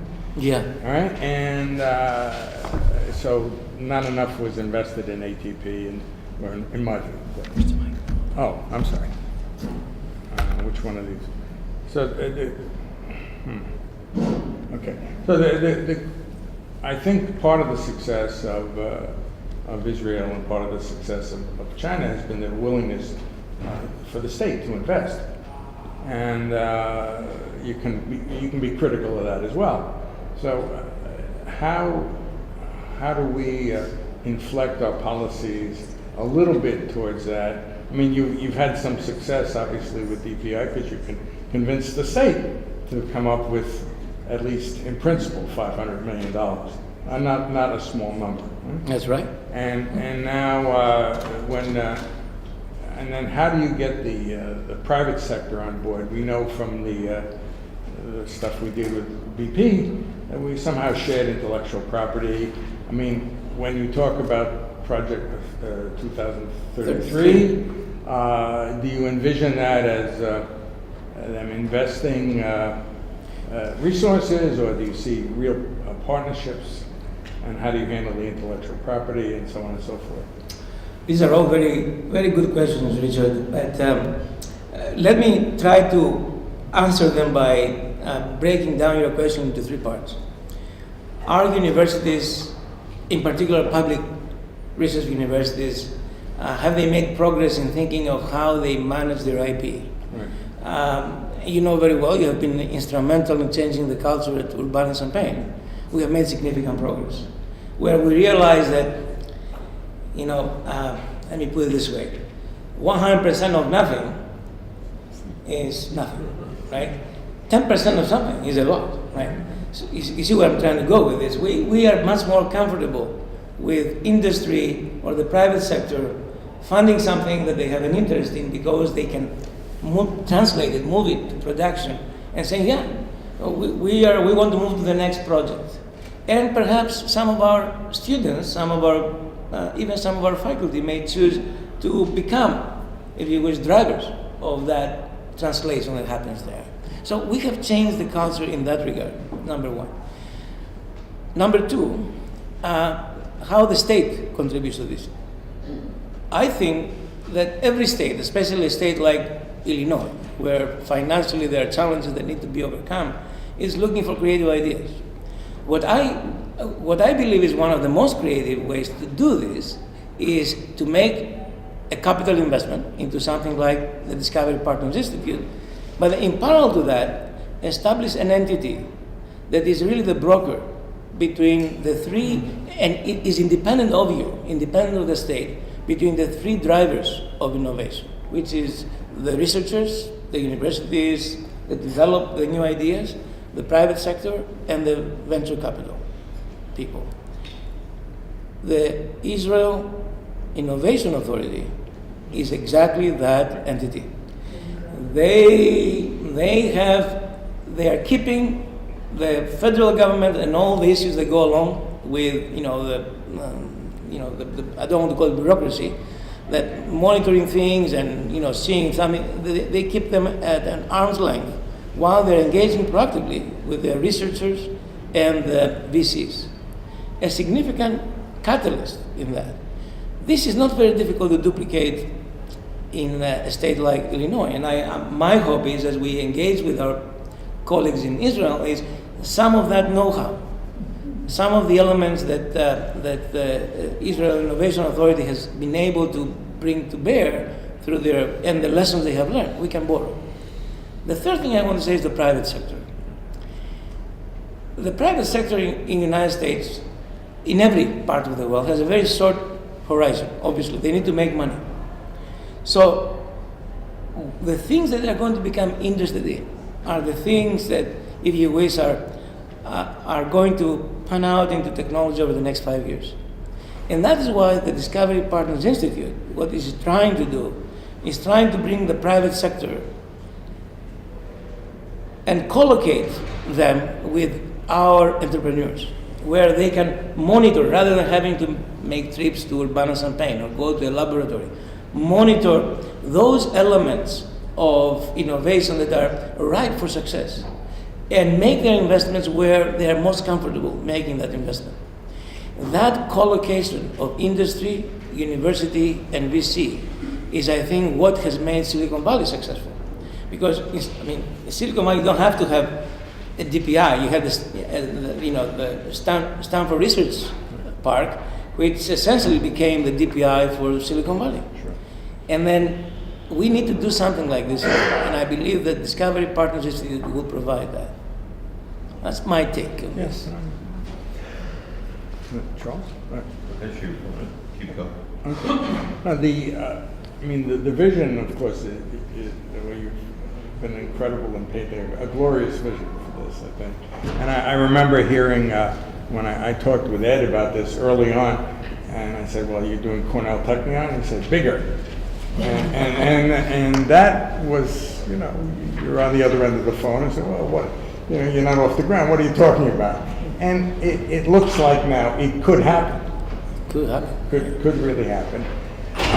One of the sort of It must happen. it must. It must It happen. happen. Otherwise, Project 2033, if Penny was here, I would tell her. If that does not happen, Project 2033, I don't think it will materialize.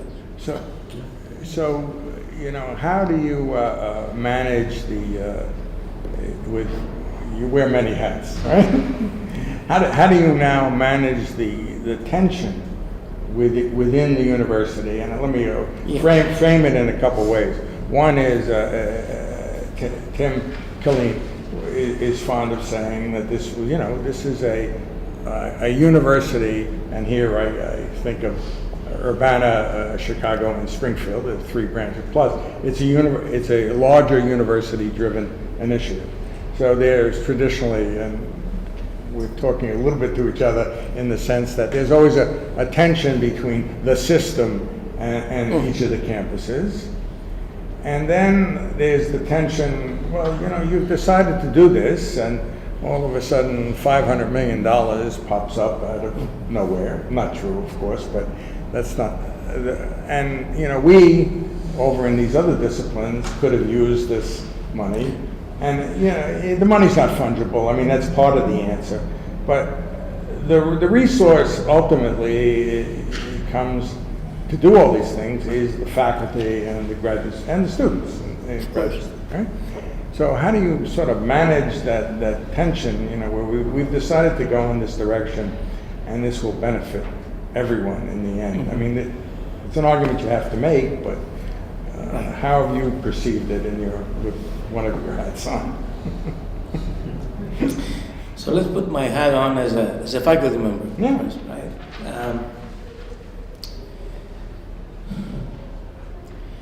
This is the $500 million is the investment by the state, and it has been clarified that it's going to be primarily a capital investment.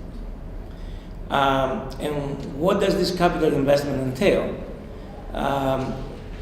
If you think of the public universities, this is a state investment that are benefiting directly from this.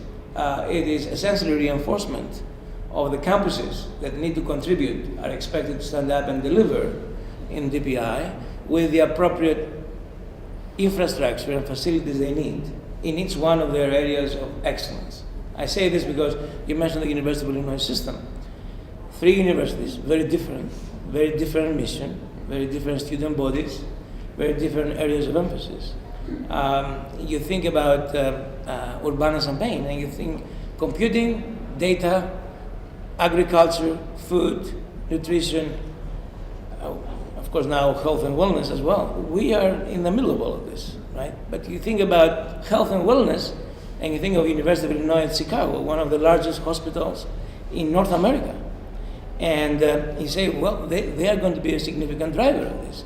How do I provide them with the ability to medical schools have their own costs. How do I jumpstart an innovation activity there? So some of these investments are directed toward areas of strength. These are capital investments by the state. We are making, and this is taxpayers' money. I'm very mindful of the fact that if taxpayers' money are directed my way for something, I need to deliver on. And now I speak as a provost.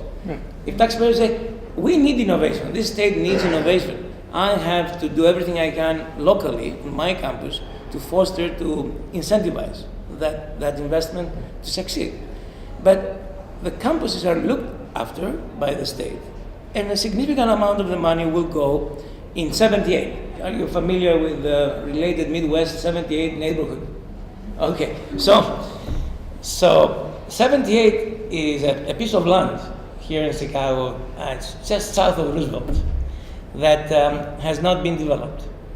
And related Midwest, that is managing that land, is ready to do something very big with that. And you may have heard that the mayor 2 weeks ago was trying to move forward with essentially facilitating the development of some areas in Chicago. And that 78 was one of those neighborhoods. Related Midwest has made a commitment to provide the University of Illinois with a system, with a piece of land on which to start building the Discovery Partners Institute. And that is where some of the money is going to go. So I say this because everybody's working together, the city of Chicago, the private sector here, Related Midwest, the University of Illinois, and the state to make something happen. So that's where the investment is going to be made. But I expect, for this to succeed, the private sector, the business, that the business sector needs to stand up and play a significant role. And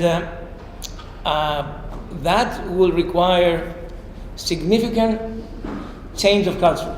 Let me give you a story. The evening when P33, Project 2033 was launched, had a small panel like we are here, and Penny Pritzker was the moderator, and there were two individuals who I will not name, but one of them was coming from the business sector, and the one was coming from the high-tech sector. Both of them very well-known personalities. I think things are online, you must go and take a look at this. So when we identified the lack of convergence, you heard the word convergence that Matt Tyrrell mentioned, which is a very in vogue word now because it needs people to agree and do something together.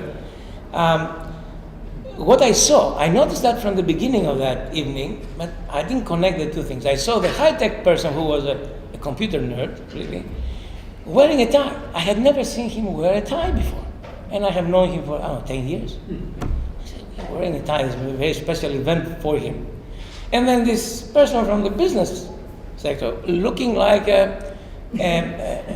think of a computer scientist from Silicon Valley. Right? So I said, this was very odd to me. I said, maybe he was traveling and he was not really dressed up and he came to this. During the exchange between them, the high-tech guy turns over and says, Penny says, how are we going to bring the two of you together? And he says, Penny, look, we are already changing our culture. I'm wearing a tie and he's not. Right? He's looking like me and I'm looking like him. But you see, they have identified, at that meeting, they identified the major divide that I think slows us down in the Midwest. And this is how do we foster that convergence of the business sector and the high-tech sector. And unless we foster that convergence, high-tech sector will not mushroom here in Illinois because there are other parts of the world that are looking for them. Everybody's standing up to take advantage of, and we call it high-tech, but I want you to appreciate everything at the end of the day is, societal problem-driven. All these high-tech solutions that we're coming up with, they're driven by objectives that benefit the human condition. Everything. Think about food, think about water, think about... I'm saying that because the business sector needs to become much more driven by what matters to everybody. And let's all of us agree that the technology sector has made some mistakes over the past several years. We experienced some of those mistakes because they were developing things without asking the consumer, do you really want this? Or how do you want this to work for you? They were coming up with solutions for them. And I say this because it's about time for the consumer to become much more engaged with the innovators and drive the innovation. We don't want, the computer that is on our next mission to Mars to be an enemy of the astronauts. We want them to be protectors of the astronauts. And these are the kinds of things that we need to be thinking about. But the opportunity is there. I have a couple of comments. The first is very short.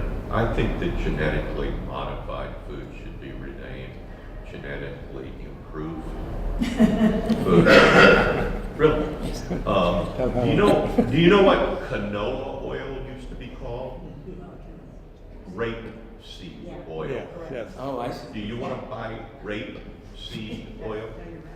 And so I would name it genetically improved food.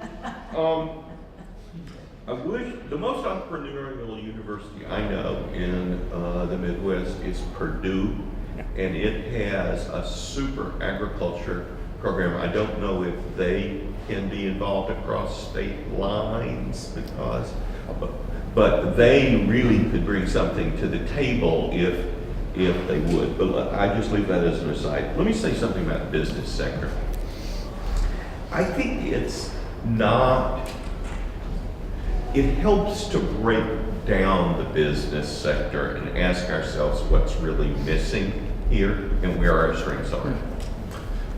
We have huge strengths in the financial, technology, markets sector, okay? We have a lot of financing and industry and industries that are structured around sort of what you might call fundamental manufacturing things. And you have a lot of financiers that are oriented to that. What's missing is a VC culture. You're not going to get Chase to do that. You're not going to get Sara Lee or whatever Mondelez or any of these variants to do that. The question is whether you're working with Kellogg and Booth and the people at 1871, and here it really helps to have both JB and Penny, but there are others. I think that what ought to be focused on is building a VC ecosystem, an ecology of not only funding for startups, but mezzanine funding and all the rest. And a lot of that, as you well know, out in Silicon Valley and in San Francisco is related to mentoring and to these incubator systems and all of that. So I wouldn't talk about the business sector and how you can convert existing. You never get Rand McNally to produce Google Maps, right? It had the best data and it couldn't do it, okay? What you have to do is figure out a way to create a kind of funding system for the next person who wants to do Google Maps or whatever. And I think the competition there will be with places like Austin, because I think Silicon Valley already has it. I think Kendall Square already has it in biotech, and it's interesting that it's not there in northern New Jersey where all the big pharmaceuticals are, right? They didn't get it. They had the technology, and of course they had Bell Labs, and they couldn't do it. So, but in any event, I would just say the focus, you ought to think for the Innovation Center, how are we going to partner with business schools to create training programs and so forth for not just the people who train with Gene Fama and learn how to price options and then go into a hedge fund, but people who are going to start raising money to fund these things. And the final point on this, as you know from being provost, and as you know from being the chancellor, the key when universities are monetizing the inventions and so forth is to have a portfolio. You can't tell which of your patents will really work. If you have 10, it's a crapshoot. If you have 100, you can begin to work on the law of averages. So I would just, those are my thoughts, and I would welcome your comments. Let me respond to a couple of things. You're absolutely right about the importance of having a very vibrant PC presence in Chicago. It makes all the difference in the world. And it doesn't exist now, is that correct? It is not as vibrant. You know, we're attracting attention. We are attracting attention, but it is not as vibrant, and it is external. Now, the other I want to say is, it is not money from here. It's money that comes from elsewhere here, which is kind of interesting. And that's why I talk about the fact that there is wealth in Chicago that is much more conservative in assuming the risks that go along with new startups and new ventures and so on. And Booth and Kellogg are doing a great job in trying to foster much more of that through their programs and the engagement with professionals in the community. There's no question about it. Our school, our Gibbs College of Business, is much more proactive now than ever before. You know very well, Richard. But I want to also remind us of something very important. You talk about Austin. What made Austin stand out? It was not a bunch of entrepreneurs out of UT Austin. It was all the microelectronics industry that sets up in Austin and provided a very vibrant base for talent to stick around. Dell plus zero And- taxes. Business-friendly environment for sure. But the microelectronics industry, before Dell even came to life, was alive and well in Austin, and that provided the convergence of talent, high-tech talent that eventually went to do other things, but they stayed there. And if you think about Silicon Valley, another thing I want to say is federal funding makes all the difference in the world. If it was not for the Cold War, I do not know where Silicon Valley would be today. There was so much federal funding going through Lawrence Livermore Laboratory and the McDonnell Douglas of the world and Lockheed Martins into Silicon Valley in developing technologies that gave birth to all the commercial electronics we see today. That without that federal investment, and I know it was primarily DoD investment, but it was a significant, Silicon Valley would not have thrived as much as it is today. So, in addition to the VC, let me also argue that what we need to do here, and that's why the national labs, which are part of the University of Chicago contribution to the DPI, make all the difference in the world. We need to make sure there's significant federal funding coming to the Midwest in some way.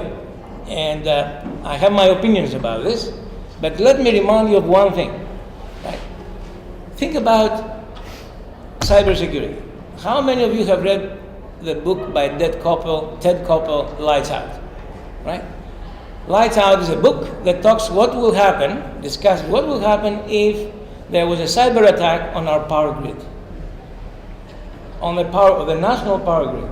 And let me remind you that last March 2018, in several of our nuclear plants, in their computer control systems, there was a message left by some hackers from Russia saying, "We have been here, we know how your control system works, we can take out your nuclear plants anytime we want." I mentioned Russia because they were the ones, but There are many other nations in the world that can do that today. So imagine if the same way that Singapore or Israel are doing it, Ben Gurion University.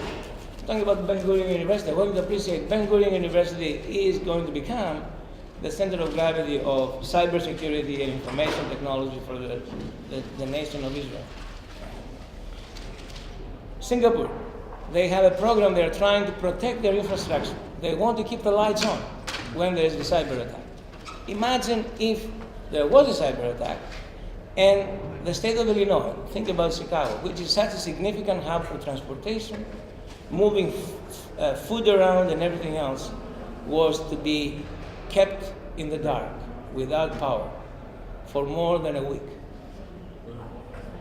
The nation collapses. It is not Illinois, the nation collapses. So as far as I'm concerned, I'll tell you my humble opinion is very simple. We convinced the federal government to make sure that in addition to the White House, we'll keep the lights on. I can promise you that. The state of Illinois, the city of Chicago, keeps the lights on when there is a cyber attack. And we can do it. I asked somebody how much it will cost. And he says, well, it's not very much. It's maybe a couple of $1 billion, $2 billion. $2 billion, it's not a big deal. What is the state budget? $33 billion. So 1/30 of our budget. And we can turn this city into a city that... I bring this up because the innovation that goes along with all of that, is critical to everything I said. Health and wellness. Imagine your loved one on the operating table when everything goes out. Right? Energy. Imagine not having energy for a long period of time. Food, transportation of food, all of these things. Our water, cleaning the water. You think that Chicago has clean water everywhere? It's not the case. What I think Matt did not tell you is that is very important to Chicago as well, because we don't have clean water in every neighborhood in the state of Illinois and in Chicago. So there are opportunities here. We need a significant investment by the federal government. And remember, when talking about manufacturing, you brought up manufacturing. When we won the DMDI, which is a significant thing, it was a $75 million by the federal government that was matched by $150 million from the private sector, businesses, and universities. $250 million catalyzed by federal funding that jump-started the U.S., lots of the manufacturing activity again in the Midwest. The federal government is a key player in all of this, and we should not forget that. So, Andreas, go ahead. Let me just interject one thing too. One thing about DPI is to keep, to your point, bring investors here, rather than have the inventions here and then go to the East and West Coast for funding, and then they leave the Midwest. Yeah. So and it's bringing money in from other places, not just here. So like in New York, you've got Deerfield coming in, and once they're here, other firms are going to say, well, gosh, if they're there, why aren't we there? Yes. So it really is bringing funding in here, and hopefully DPI, because it's concentrated, will be a magnet to bring them Absolutely. here. So, Andreas, in some senses, I hear you talking. I remember Reagan, when he was governor of California, Yes. took after the universities. I mean, he really cut them like crazy until somebody finally got to him. You have to remember the era. And said, these are the folks, the Counter Labs, who are helping you win the Cold War. That's right. So, and he at least slowed down the cuts, right? And it eventually invested. But, I mean, you are raising what is today, you're raising today's Cold War at some level. Cybersecurity how do you make it visible enough so that people are willing to say, well, this really is important, and the other stuff, we can't stop the other stuff, but we're gonna find $2 billion out of the economy. Not a big number, but not such a big number. But one of the things, if you look back, just to go back to Israel, it comes out of Startup Nation, it comes out even Kahneman and Tversky, I mean, it all happened in the IDF, right? That's true. Right? And so in some sense, the universities together create an incredible scale. I mean, this is the thing I always felt good at Urbana. There were good faculty at every university in Illinois, but one of the things that Urbana had special was scale. So we could take ideas and blow them up wide. But now you're talking about scaling the entire system of universities. And how do you create this sort of, if you will, an IDF culture without the other stuff, right? Yes, And to what extent does that mean, I think each of the universities is strong enough, and I think this must have been true at Chicago when Bob suggested starting engineering. It's not something we do. We gave up football, we don't need engineering, right? Things like that. So, but I think each of the universities have a strong enough culture so that they can work at the margins and change a little bit. I don't know, are you having to handle this? I do believe that the culture is changing, do we need to make changes in the way we behave, in the way we collaborate? Definitely. The good thing is that that's what faculty do. They collaborate with one another. It doesn't matter where your collaborator is, as long as they bring something to the table that complements and augments what you do in order for you to be successful. That is a culture that I think is a very academic culture. I mean, we compete. We compete, but you do not, you have to compete for excellence, right? But when it comes to impact, you have to collaborate. I mean, that's, in my mind, that's what defines academic alliances and academic partnerships. We will always compete. Some of my colleagues, when we talk about partnering with Northwestern and University of Chicago, they say, Andreas, you're exposing some of our best people to them, and they're going to recruit them away. I'm the provost. I have to worry about protecting my faculty, right? But I tell myself, talent is a free agent, right? I mean, you have to compete for them. You have to compete for them. And that makes us better as we compete with others. But I know that talent always reaches out for the best collaborators. So how do we change that to become more of an institutional culture rather than an individual faculty member culture? That is one of the changes that we need to make happen. Ellen? You made a very, very strong point about federal funding being a major variable. But given the extent to which the federal government is at a very dangerous point right now, where Congress is not functioning well, yes, agencies are being cut, etc. And we're not seeing leadership. For example, if you go into the academic community and you speak about cybersecurity, it's a critical issue. But once we leave that environment and translate it into the public sector, it's not going to win votes. It often sustains fear rather than as a vehicle of innovation. So how do we get the electorate to start pushing for what you're saying, which is critical?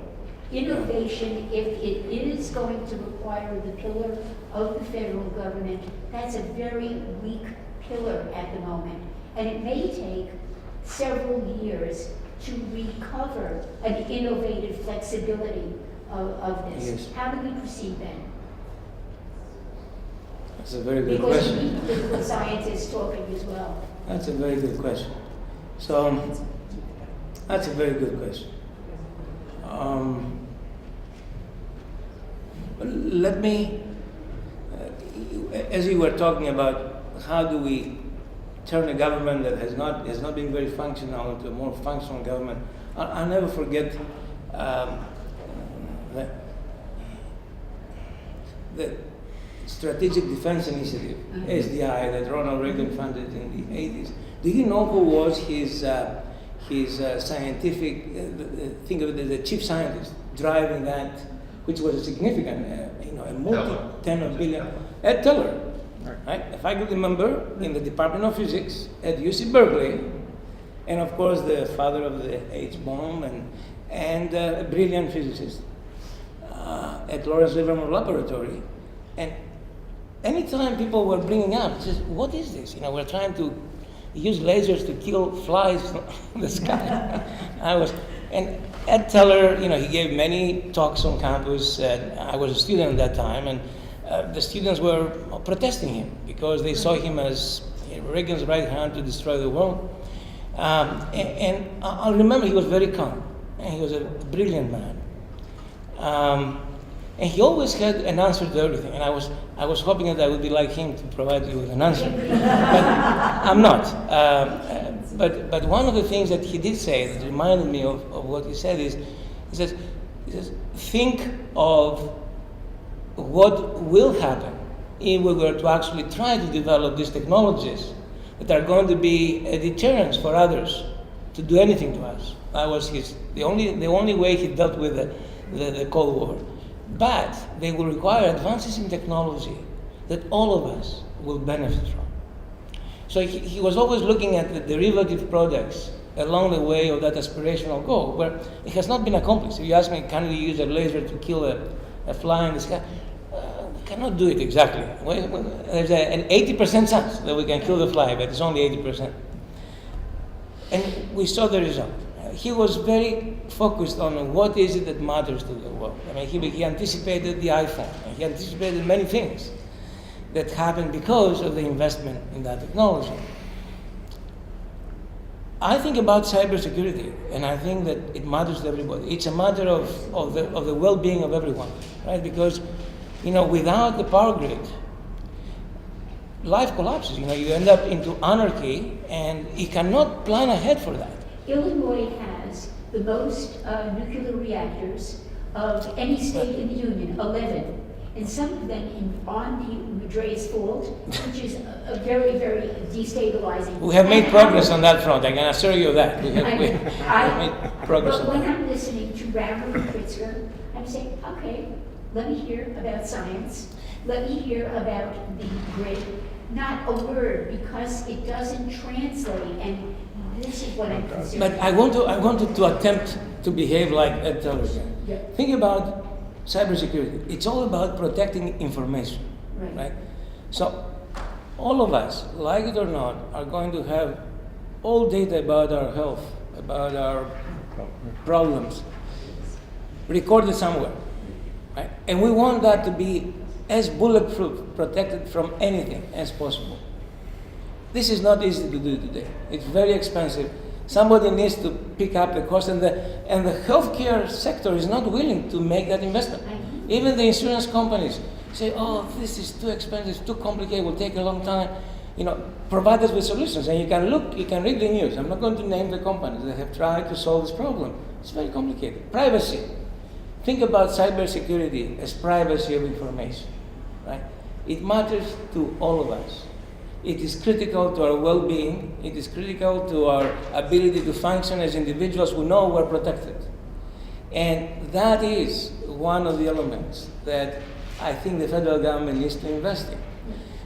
We talk about quantum information. Why do you think the University of Illinois, Urbana-Champaign, University of Chicago, the national labs want to come up with using quantum theory to protect protect information? It's because it is the only bulletproof way that we know today that provides you with that security. It is very difficult to make it happen. But if we make it happen, in addition to protecting your security, to everyone's security, we're going to be making other amazing things happen with quantum computers and so on. It is, the golden goose idea. What got them really focused, what the federal government really focused on this? The Chinese got all the secret documents in the federal management of every single high-level official who ever applied and all their background information. That got them focused. That got them focused, yeah. Well, I still think that you have to focus on the private sector who's going to make money because they're going to invest in startups. We can't have the federal government investing in every little startup. Federal government starts the innovation. They're the ones that make the upfront investment. That is very significant. It's a risk issue. The risk issue, yeah. In the back? My name is Mary. I will give a speech this afternoon, but I'm Israeli, and I'm adopted temporary son of Michigan for this semester. So I'm not sure I have the right to interfere with policy issues, but since there are some facts mentioned, I want to simply contribute some data or some information. And also, I'm a member of the investment committee of the Israeli Innovation Authority that you mentioned, and I served for about 8 years in the National Economic Council. So I designed the growth engines that you are right now trying to implement. So I could just give a few items so you don't maybe go to the wrong direction. First of all, in Israel we keep the government away from innovation and especially the politicians in the government and all the politicians in Israel nowadays. And actually the funding, public funding is less than 5% of the total spending in R&D in Israel. So the business sector knows very well how to leverage innovation. But there is a threshold, a risk threshold at the beginning. And the public money is in Israel used to just get this, to cover this gap, to bridge this gap of too high risk for the business sector. Right. I would suggest to do the same here. It's easy to bring the business sector into this equation if the government is not taking too much. Of course, the politicians will always take ownership of the success. But in Israel, the success is driven by the citizens. And then the government follows and takes advantage. So try to do That's the a same. good point. This is my suggestion.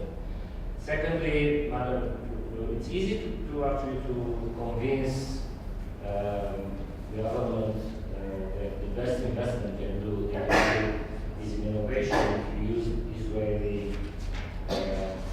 example, because in Israel about 14% of the GDP is generated by about 8% of the workforce, the labor force, right? So in terms of capitalization, economists in the government will understand very well why they can convince me as a taxpayer that is the best way to use my money. They give my money to the government and they use it for all kinds of less constructive, with like wars and stuff like this. But this is the best way to use my taxes by repaying such a good return on investment. So just use economic gains, not don't trade. I mean, the cyber war and all this stuff will be there. And of course, governments always like it. But it's not good to innovate under stress. And so let them show them that they can simply present their electorate a good return on their taxes. And the last one, I understand you are looking to us, director in the Israeli Innovation Authority, and with such a high want to our work. So the best we can contribute to what you do here is to share with you our failures, not our successes. Right. Because it would be very difficult to replicate in the United States. By the way, I spent 40 years in IT. I'm an electronics engineer. And I started my academic career at the age of 50 by doing a PhD in economics. Just because I wanted to answer one of these questions, why the VCs are not actually performing very well. This is what I see in the traditional networks. I'm Israeli, so I speak loudly anyway, so this is what I do. So you see, we did a lot of things. Sorry? What was the answer? To my question? Well, I became one of the top 10 authors. It's very simple. The contract design.